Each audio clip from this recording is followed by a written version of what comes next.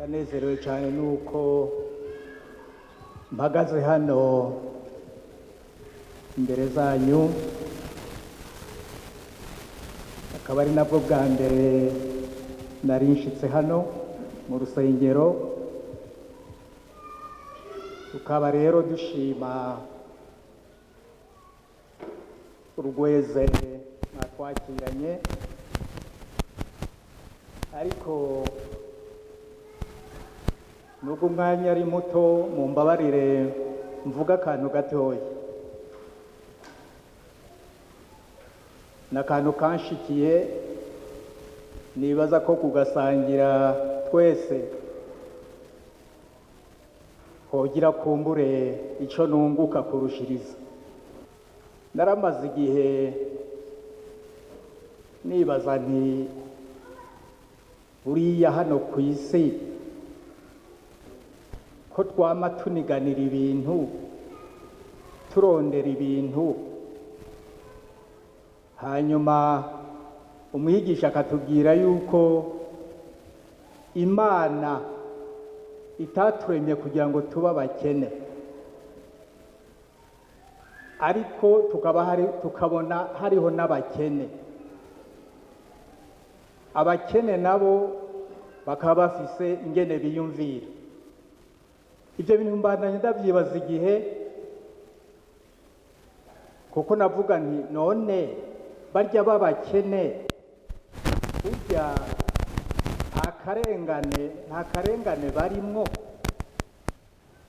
None ko Imana ariyo yaturemye mu ishusho yayo, kubera iki twese itwotunganisha kugira ngo nabo bakene nabo baduge gatoya? Noneho igihe kimwe nasa n'usinziriye, ariko nasinziriye, novuga ko nari muri sommeil mi-éveillé. Hanyuma igihe kimwe numva ngiye kwiretrouva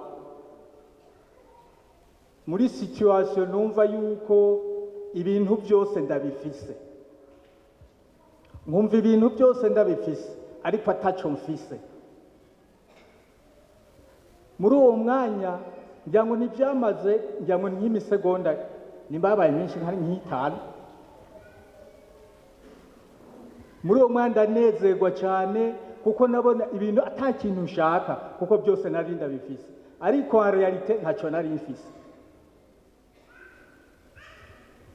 Ndatwenga cyane, numva nezerewe cyane, kuko navuga nti none ko atabundi buzima umuntu arondera ko ari ubunyene, mugabo ubwo buzima ntaco nari mfise. Mugabo nkumva nezerewe cyane mu mutima ko nabona ibintu byose ndabifise. Noneho nyuma maze kwikangura, niho nagiye gusaba Imana, uranyongera, unyongere n'umusegonda n'umwe, mbone cya gihe, iki gihe wanyeretse nongere ndakijemo n'umusegonda n'umwe, kugira ngo nzobwire abandi byibure ibyo numvise neza. Nararindiriye mugabo kumbure bizogaruka, kandi bizogaruka. Aha rero ndabivuze kuko Imana iturema ntiyaturemye kugira ngo tube abakene, yaturemye kugira ngo tumererwe neza, kuko iradukunda. Kandi Imana yaratubwiye aho twoca kugira ngo bwa bukire tuvuga dushobore kubushikako.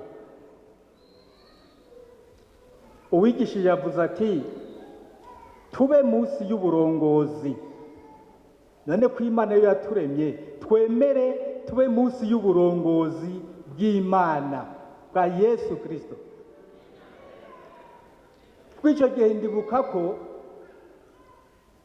nari maze iminsi numva ibintu byo gusenga biza umwanya wose, biza kenshi.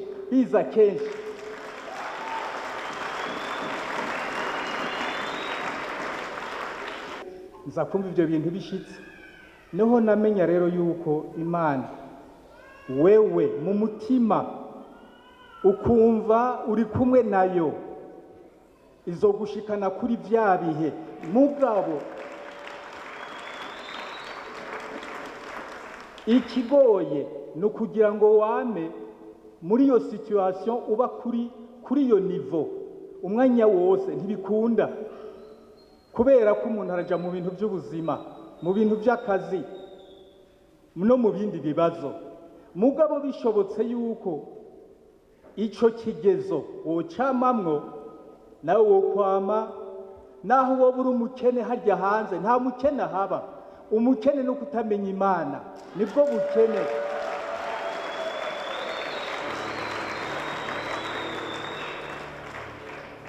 Ariko mu by'umubiri ibi ni iby'umubiri, kuba udafise n'ikamba mbiri, mugabo mu mutima utunze cyane, cyangwa ukaba wamba ikositime mugabo mu mutima atakiriyo, nawe uri umukene mu bandi.